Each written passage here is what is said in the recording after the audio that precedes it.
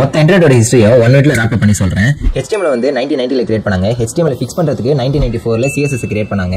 CSS HTML சேர்த்து fix பண்றதுக்கு 1995ல JS create பண்ணாங்க. JS ஃபிக்ஸ் பண்றதுக்கு 2006ல jQuery கிரியேட் பண்ணாங்க. இப்போ jQuery ஃபிக்ஸ் பண்றதுக்கு 2010ல Angular கிரியேட் பண்ணாங்க. Angular ஃபிக்ஸ் பண்றதுக்கு 2013ல React ரிலீஸ் பண்ணாங்க. React Angular இது ரெண்டுத்தையும் சேர்த்து ஃபிக்ஸ் பண்றதுக்கு 2014ல Vue.js கிரியேட் பண்ணாங்க. இந்த பழைய React வெர்ஷனையும் Angularரையும் ஃபிக்ஸ் பண்றதுக்கு Angular 2 அப்படின்றது 2016ல ரிலீஸ் பண்ணாங்க. இது எல்லாத்தையும் தீர்த்து கட்டணும் அப்படின்னு சொல்லிட்டு WebAssembly 2017ல கிரியேட் பண்ணாங்க. Angular 2 ஃபிக்ஸ் பண்றதுக்கு Svelte-ன்றது 2019ல கிரியேட் பண்ணாங்க. 2020ல React ஃபிக்ஸ் பண்றதுக்கு Vue React Hooks-ன்றதை கிரியேட் பண்ணாங்க. இந்த React Hooks ஃபிக்ஸ் பண்றதுக்கு Solid-ன்றதை கிரியேட் பண்ணாங்க.